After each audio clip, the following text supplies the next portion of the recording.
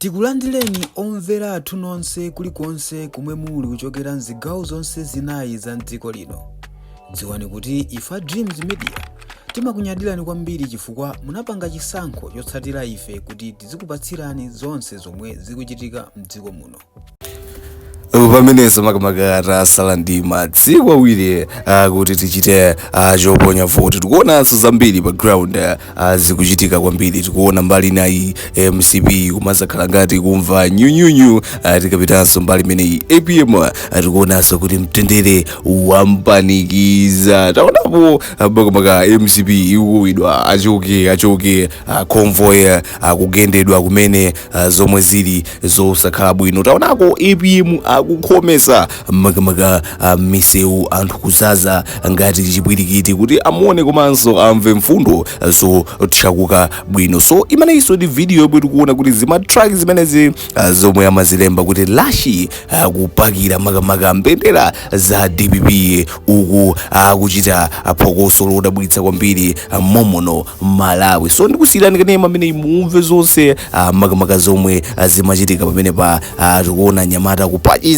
mbendera za DPP kuti iwo chipani chomwe akufuna ndi chimenechi. Tatiyeni ndikusiyireni koma ndiyibadera kuti mukafika kumapeto usamaiwala panga like, share komanso subscribe kuti nkhani zonse akuchoka pamodzi pano zisamakuponyeni. Tatiyeni tunele limodzi.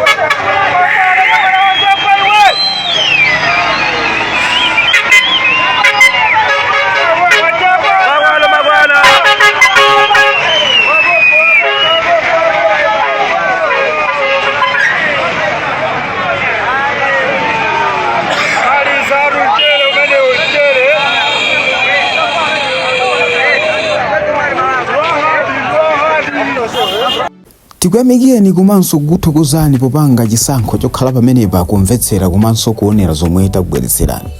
Chomwe tingakupempheni choti ngati mulalendo pamudzi pano tapangani subscribe chifukwa mukatero inu ndife tidzendera limodzi kuyambira lero mpaka na masiku omwe akubwera kusogoloko. Timabweratu ndi nkhani zochokera ngodya zonse zinayi za mdziko lino kotero kuti inu simukuyenera kuti mukhale kunja kwa nkhani zimenezi. Tapangani subscribe, like, comment komanso share kuti tikhale limodzi mu ulendo umenewu.